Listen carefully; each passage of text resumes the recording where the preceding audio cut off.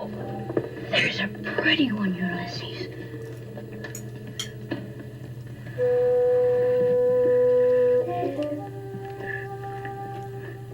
There it is. Hello, BookTube. I'm Sean the Book Maniac. Welcome back to my channel and another Friday Reads. I'm in a good mood today. I've been in a good mood for so many weeks in a row that it's just getting plain ridiculous. Anyway, I don't have any particular personal news. Christmas shopping is all but done. No update on Kenji's arrival, but still hoping for late winter, early spring next year. And that's about it. So I would like to wish one of my very most favorite writers, Edna O'Brien, a happy 93rd birthday today. She was born on this day in 1930. Her last novel was, about 3 years ago? I don't know if there'll be any more, but she is one of my favorites. Sonia, of An Enthusiastic Reader, and I have been buddy reading all of her books in publication order. We started with a short story collection. It was kind of like a best stories. It was called, I always forget the title of that collection, Here's the Gift, but that was wonderful. And then we started with the Country Girls trilogy and kept going in sequentially. So we're probably doing another one in January or maybe February next year. So on the occasion of Dame Edna's 93rd birthday, I wanted to show you this. I don't ever do book hauls on my Friday Reads, but here's a little tiny book haul because this is a lovely hardcover edition of the Country Girls trilogy that I picked up from it's not a library book sale, but it's the same idea. It's the symphony book sale in Saskatoon. They have it twice a year. And the last one I went to with my mom about a couple months ago, I got this. I love that picture of her. And I was just ecstatic because there's a little sticky there that says donated by Ron Markin. Ron Markin was the head of the English department when I was an undergrad the second time around. And he's one of the best profs anybody who's ever taken a class from him has ever had, including me. Just a masterful teacher, retired, no longer living in Saskatoon, and his specialty was Irish literature. So the fact that I have Ron Markin's copy of one of my favorite works of literature is indescribably wonderful. So how about that? Without further ado, I'm very excited, as I am every week. This whole mystery guest thing is going so well for me. I hope for you also that everybody's saying yes. So I am booked up until the end of January with mystery guests and now accepting applications. No, I don't think I will accept an application. Well, maybe I will into February. So that's just I'm having such a good time with this. And including another birthday girl. Let's see who this week's mystery guest is. This week's mystery guest is the illustrious Canadian writer, Margaret Macpherson. Not only am I happy to see her in general, I'm happy to wish her a happy birthday. Happy birthday, Margaret. Oh my God. Thank you very much. My last birthday, I was in Ottawa launching my memoir. So I drove into Ottawa that one. Yeah, that's the one. Anyway, a year out, I'm a year older, a year wiser. And it's weird having your birthday this close to Christmas, although many people have a much more difficult time. But I always feel like once it's over, I can start the festive season, That's right. Well, let's be festive for a few minutes before I let you get on to your next party.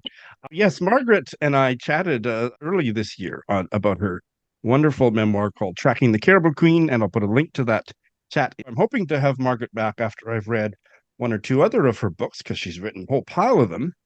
But for today, I'd like to have her to talk about what she's reading and maybe what you're working on for your next writing project. So. Oh, well, thank you for that. I just think it's wonderful to have this opportunity to talk to somebody who's knowledgeable and erudite and really cares about Canadian literature. So I really appreciate being here. There is a sort of period where you're sort of in the limelight, and then I liken it to a window opening, and you get to be out in the world with your new work, and then you have to go back into your hidey hole and get into your creative space and think about what's next in your writing life or your creative life. So I've had lots of transitions. I moved from my community, my homeland in the West, to Ontario, Eastern Ontario, it turns out. So I'm I'm working quite hard to establish writing connections out here and community, because I realize that it's super important to have people who, really understand when you're saying, I'm struggling with this, or I need a beta reader for this, or whatever. So I am in a small town, and I'm I mean, it's no mystery that it's different. It's difficult when you don't know people, but I'm so grateful. I'm brought back to my writing desk as often as I can. But I can't say I'm working on anything particularly. I have two manuscripts that I have, I guess you would say, for sale, but that sounds so capitalistic. And there are two manuscripts that are very, very close to being completed. And I find it challenging to work on a new piece when I have stuff that I think is ready to go. So, and I am unagented. I am like one of those, just one of those people who I haven't had any luck getting an agent. I've had some long conversations with a couple of people, but I have these manuscripts and I have to sell them myself. So, it's a lot of work. It's the work I don't like doing. It's the sort of writing the letter and doing the synopsis and doing the nitty gritty about who you are and what matters to you. So I'm particularly interested in the poetry manuscript that I have on the go.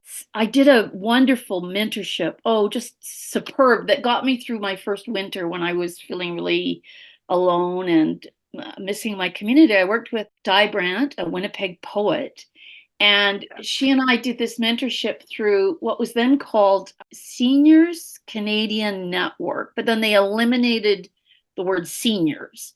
And it was an opportunity for older artists who were, approaching, that were illustrious, but sort of approaching the end of their careers, creative careers, to work with not necessarily younger, but new or emerging people. And I got paired with Di Brandt, and boy, she was tough. Like, I had to write new poems every week. We met twice online. I went to Winnipeg to meet her at one point.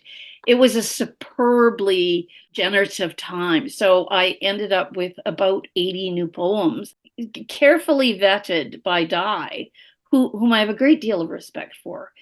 So I'm sort of sitting on these, and the reason I like the poetry manuscript to go is because then I think I can honestly say I've written in every genre. I have a short collection of short stories. I have two novels. I have a biography. I have a memoir. I have some really, really early general nonfiction stuff.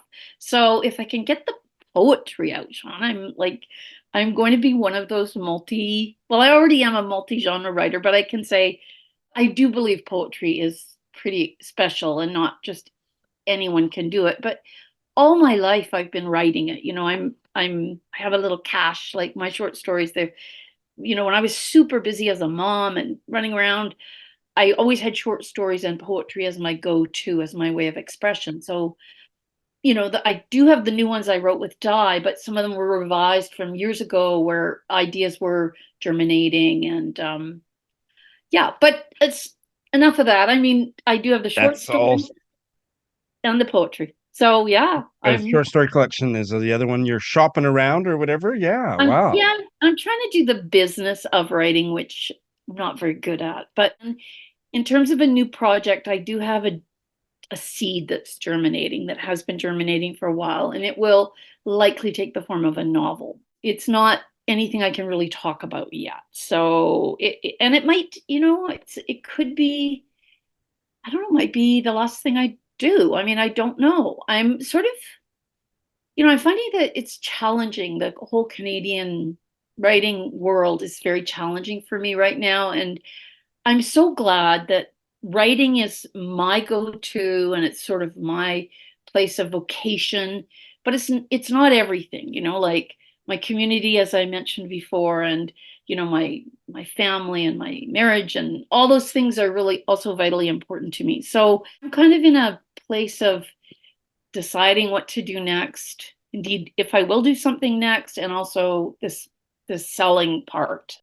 But meanwhile, I'm reading, and I'm Great.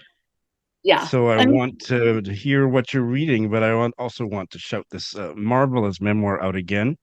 Margaret and I had such a great chat about it, and yeah. it's a memoir that has really stuck with me over the course of the year. So I recommend people check out the our Oh, full chat on it if they didn't see it at the time. And yeah, it just reminded me of something. I don't know if this is premature to say or not. I got a note from the Yukon, and they've invited me to a literary festival in May to help with oh, the decolonization process, which is like that's a really big thing. But they think that Caribou Queen is a really good tool to start a conversation, and I found that's true as well. That it starts absolutely. the conversation we need to have about colonization and about our part in it as white people. So yeah, so if Canada Council funding comes through, then I'm on the list. So it means I get to go back out west and I get to go to, wow, really interesting places in the Yukon territory, which is, it's not really my stomping ground. So I would get to experience some really interesting and new things. So I'm hoping that happens. I think I won something called a Independent Publishing Prize. I got a gold. So this book Oh, has I the little remember that. that Yes, yes. that little sticker. So Sticker on it. the sticker just means that somebody somewhere, I think in the States, thought it was worth a gold sticker. And so, I did have some results from that memoir in terms of encouraging me to keep going because every writer just needs that little something to make them keep going. But I in terms of reading, because it's my birthday, I went to my book club and our book club chose a first novel by a Canadian writer, Amy Spurway, and this book, Crow, Oh, I think I'm we vaguely aware of it. yeah, it's 2018 or 19, so it's relatively new. But she's like a Spitfire Cape Breton writer that just exposes all the sort of ugly buglies and or the vitality of that part of the land, but in its sort of glorious horrificness.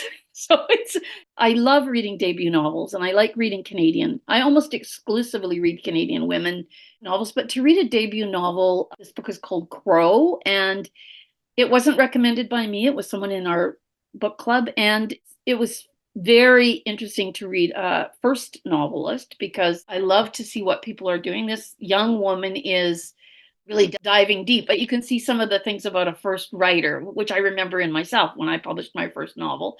But I'm also simultaneously, because I have 2, 3 books on my night table, I'm reading The Adversary by Michael Crummey. And Oh, I've heard good things about it. oh my gosh. Well, I loved The Innocents, which was his Me it too. just got longlisted for Canada Reads. That book. So this is a sequel, I guess you would call it, but it's looking at the same brother, sister, sibling, two characters and what happens. But I'm only about 30 pages into it, so I can't really say too much about it, but I'm trembling with excitement when I read a novelist like Michael Crummey because his work is astonishing and grips me and really helps me to aim high. Like he's a very good writer. Both these books that I've read simultaneously, and they're my most recent things I've been reading like last week and this week, are maritime writers. And there's such a wealth out of Newfoundland and out of the Maritimes. And because I spent some time there and I did my undergraduate degree at UNB and lived in Halifax for 4 years, so I have a sense of Cape Breton and the isolation of Cape Breton and also just the generative powers of being isolated, like Newfoundland. Michael Crummey's from Newfoundland, and being on an island and being sort of removed from the rest of Canada. That wasn't not dissimilar to Yellowknife when I was growing up as a writer. So yeah, two really fabulous books that I'm reading right now. But I have to, may I tell you the one that I just like loved? It's Yes, please. yeah. Well, the guy's name, it's escaped me. Sister's brother. Um, Oh, yes, Patrick deWitt. Patrick deWitt. Yeah. Yeah. The Librarianist. Oh my gosh. Oh, this. Oh my God. Okay. Yeah. Oh my gosh.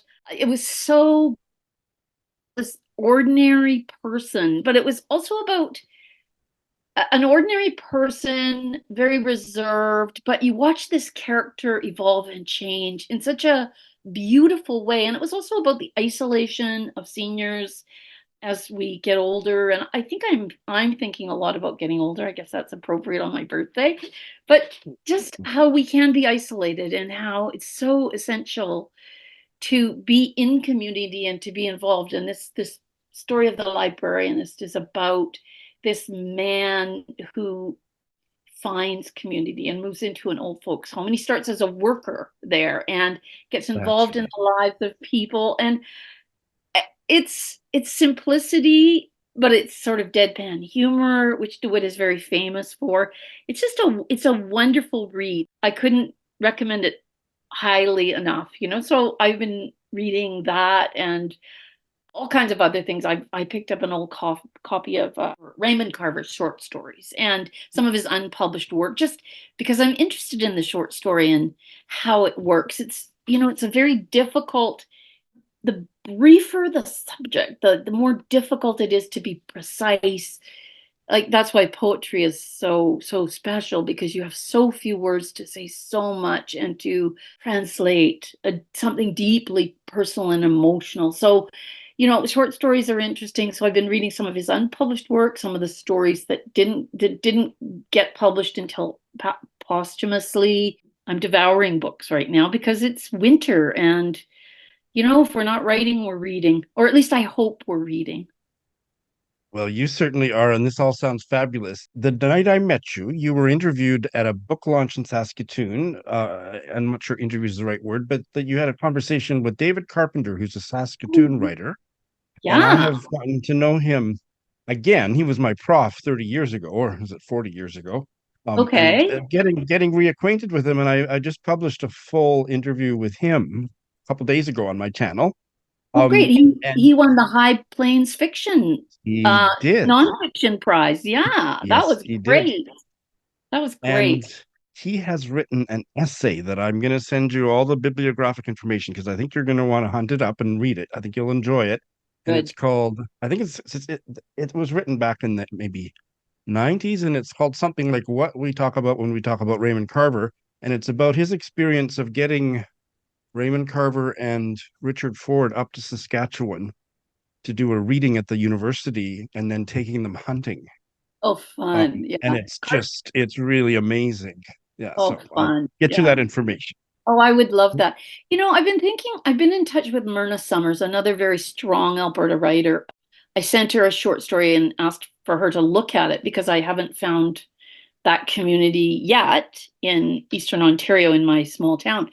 And, you know, it's short stories they can be like, I said to her, I don't think this is like, it's not, the work I do is not, it's not cool and avant-garde, it's kind of traditional in a way. And I'm just wondering if there's the flavor, sort of like when sometimes what's being published in the New Yorkers, sort of the avant-garde stuff, as opposed to Mm. the sort of tried and true old style. So, I've been trying to also read some, I love Elizabeth Strauch. I drive about almost 200 kilometers every time a book comes out just to get it, because I think her book work is so nuanced and beautiful. But she's an old, like what I would consider like a Alice Munro style writer, like an old time writer. And some of the stuff that's coming out now, I see, and this is where I'm considering the whole aging question, is sometimes I'm like, I don't really get it. It's like, am I being left behind? I don't want to really talk about ageism because I think literature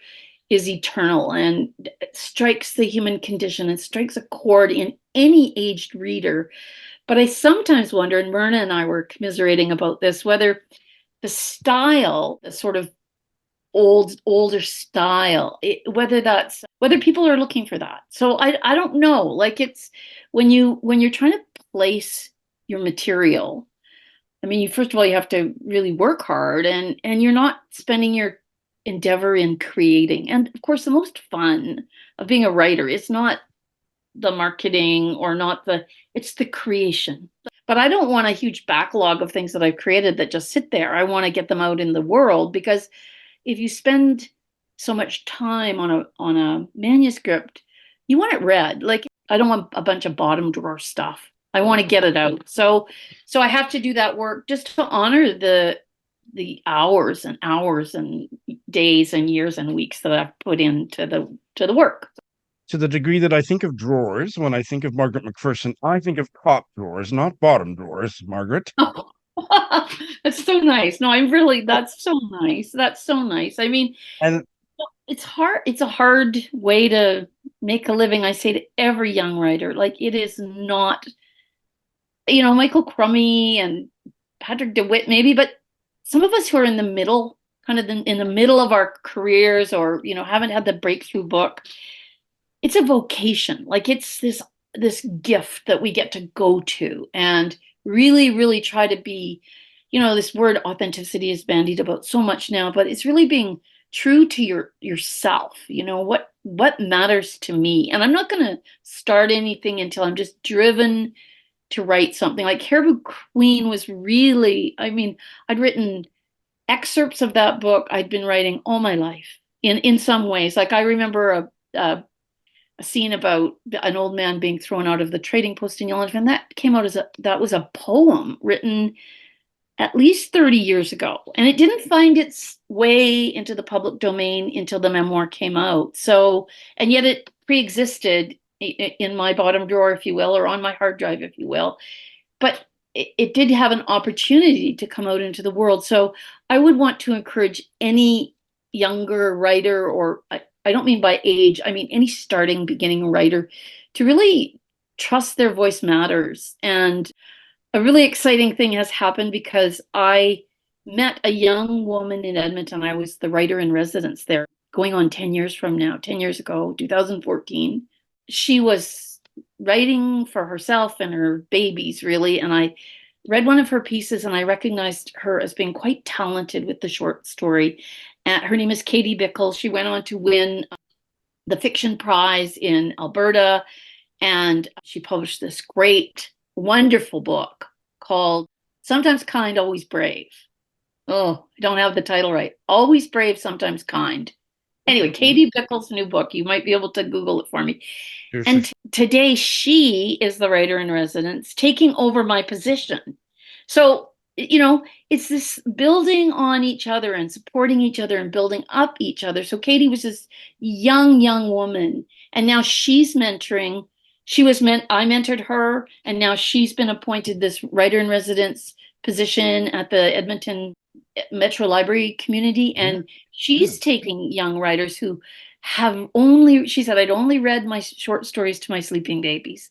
And so, it was a very positive experience for her meeting me. And now I know that she'll have the opportunity to mentor another very young writer. So we are in community, even as Canadian writers, and building each other up and celebrating each other's accomplishments is so, so important. I can't say enough about it. You are just amazing. I have to tell you that at the beginning of this chat, I was a little sleepy. Maybe I wasn't quite over my nap. And now I'm just bouncing off the walls with the energy you have given off in this 20-minute chat. So, Well, whew, because I'm going out for my birthday dinner and I'm excited. you have this effect on me every time that we've chatted, Margaret. But yes, maybe there's a little bit of extra oomph because it's your birthday. But thank you for bringing so much exuberance to my Friday reads. Yeah, thank you very much. By the time this airs, I'm going to be one day into 64. And you know what? I think it's going to be a really good year. I mean, the world can be quite dark at times, Sean, but we as writers and lovers of books and readers, we have the opportunity to, get in and get down and work out some of our stuff and really bring the world a little bit more light, I think. So that's what my mandate is. I know it sounds almost naive and maybe hokey, but I think we have an obligation to do that. And I really appreciate your interest in my career and your ability to do all this technical stuff that allows me to speak to people that I don't usually get to speak to. So thank you. Margaret Macpherson. She's a wonderful writer. You must check her out. I would suggest starting with Tracking the Caribou Queen. I don't know if there's another good place to start because that's all I've read so far, but just spending a few minutes with her makes you want to read all her books, if you're anything like me. Here's the week in review, and I'm including a video that I was not responsible for organizing, editing, or anything, but I was a participant in it, and it's on my channel, as well as Hannah's channel, Hannah's Books. Hannah and I had a lovely chat about a Willa Cather novel, but I feel a little bit funny saying that this is my week in review because I didn't do any of the work. I just showed up. But here's the week in review. Author who writes themselves wants people to blurb their book, and so it's kind of quid pro quo kind of thing. I say something nice about your book, you say something nice about mine. Quid pro quo is a very sophisticated phrase. I prefer to go with the word that this coined for this article, which was a blurble jerk. Right. You blurb my book, I'll blurb yours. I find her such a strong character, but also one who is playful and thoughtful compared to a lot of young, strong characters we get, which maybe fits with other Western, prairie girls. Yeah, I'm trying to think who I would compare her to. I mean, there's a whiff of kind of an Anne of Green Gables, but I wouldn't go too far down that road. And it seemed to me after I sent it off to her that it could have been a story too. It could have been a story. It seemed to me a story was waiting in the wings, trying to get itself expressed. And so for 17 nights and 2 weekends, I worked really hard on a story that turned out to be 69 pages long. I finished it in a first draft. And although it was perhaps the worst novella ever written by a Canadian, and I mean that, the process of creating a story, creating characters, just trying to write a story, it was so exciting to me that I realized after those 17 days, there was nothing I wanted to do for the rest of my life but write. This is a uncorrected proof of the Irish novelist Ronan Hession's forthcoming third novel, Ghost Mountain. I love that Cherry talked about her art choices. I'm always interested in how artists decide how they're going to portray a story. And so she talked about color, for example, and she talked about how Elena Ferrante has a real physicality to her writing. And so Cherry tried to capture that with the textural aspect of her art itself. All right. I have 2 books that I finished. They are both books I've been reading for months and months. And I love slow reading. And my slow reading got slowed to stop for a while when I got COVID and had all those other persistent but minor health issues that are now kind of off my plate. So it's taken me an extra long time, but nonetheless, I still think that the slow pace of my reading enhanced my enjoyment of this one. This is just an incredibly beautiful debut novel. Small Joys by Elvin James Mensah, a black gay writer from the UK. And I connected to the gay part of the story. I also just deeply connected with the young man in his 20s trying to find himself and how friendships at that stage of life helped lead him back to himself. This is one of the most character-driven novels that I've read, and I loved it because of that. If you're not much of a character reader, I think you might find this a little slow going. I didn't. I mean, I was reading it at a snail's pace, but that was delightful because it was just seeing this group of friends, in particular the protagonist, who is a black British guy of Ghanaian origin. His father immigrated, I believe, immigrated from Ghana. I think I've got that right in terms of when the move was. Set in 2005, and I believe it's set in Kent. And in the countryside, in a small city or town. And he is having a real struggle with suicidal ideation. So that is something that is a bit of a trigger warning if anybody wants to steer clear of it. I thought that theme was beautifully, tenderly explored in this novel, and how his friends helped him with that. He had a very tense, almost non-existent relationship with his father for 2 reasons. One, his mother died in childbirth with him, and the father never forgave him for that. That's nice, isn't it? And also rejected him completely for being gay.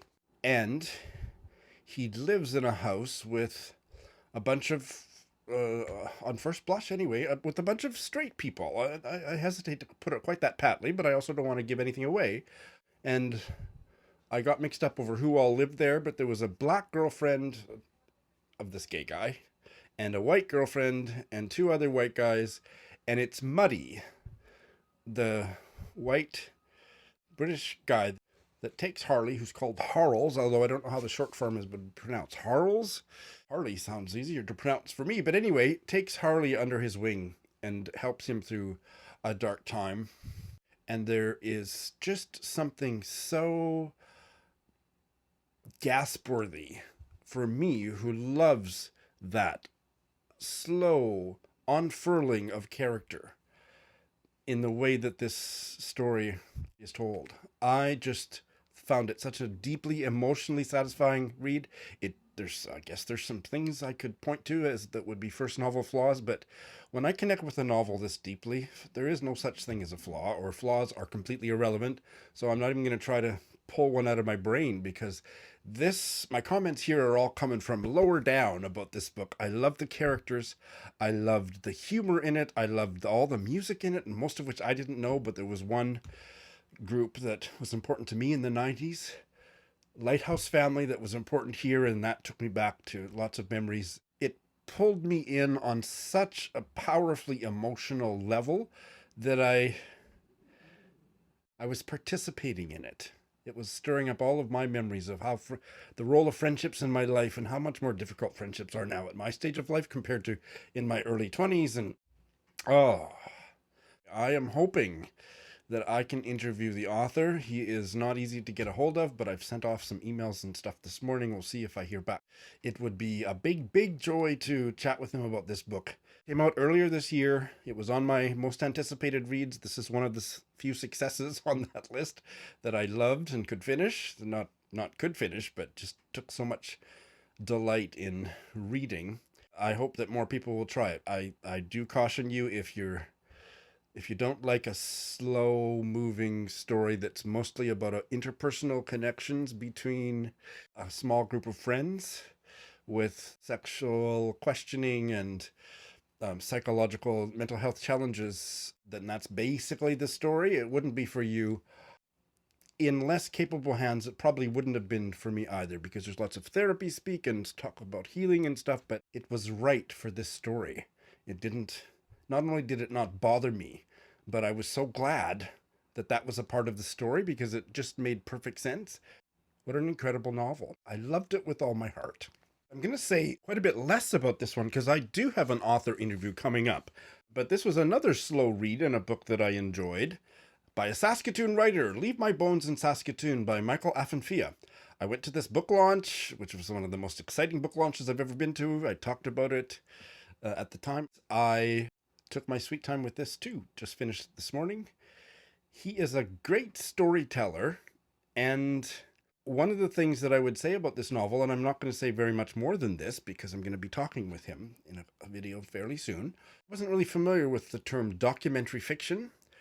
In terms of a fictional narrative that's primarily documents something, and there's much of this is in that vein.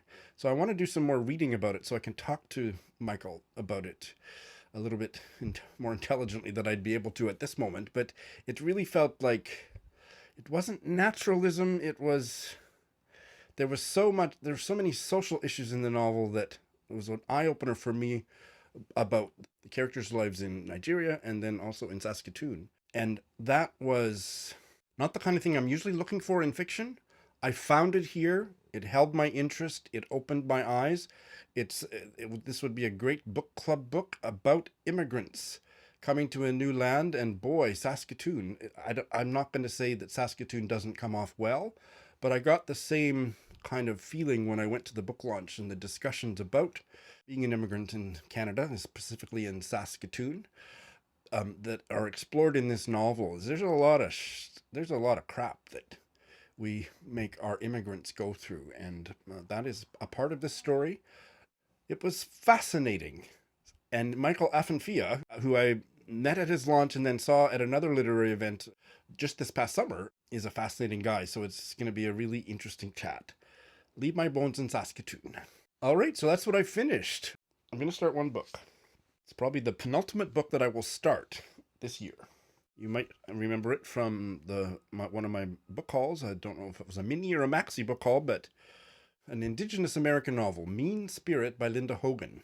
And this is about the same Indigenous tribe, the Osage tribe, in what is now uncomfortably referred to as the USA, and covers some of the same historical backdrop that is dealt with in that new stupid movie by that director who should know better than to try and make movies about stuff he doesn't know anything about. And all of that has gone out of my head. Based on a nonfiction book that maybe perhaps wasn't as objectionable as the movie, but the movie suffers fatally from white savior complex.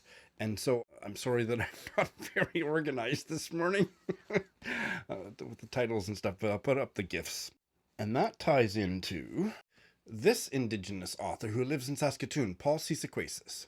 I love this book. Blanket Toss Under Midnight Sun. It's the best title of a book ever. Portraits of Everyday Life in 8 Indigenous Communities. And I bought and read this when I was still living in Tokyo. I did a full review. I'll put a link in the show notes.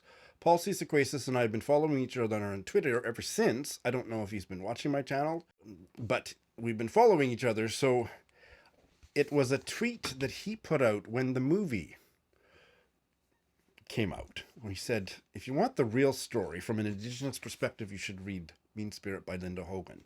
So that was the opening that I needed to finally reach out to him. I'd never made any personal contact with him, so I DM'd him on Twitter, and yes, it is Twitter, it will never be anything else coming out of my mouth, and invited him to come on my channel and that we could have a discussion about this. So we're going to do that early next year. So because it's a pretty chunky book, I'm going to get started this week. Originally published in 1990. That's the long and the short of it today. I hope all is well in your world and in your reading life. Thanks for watching.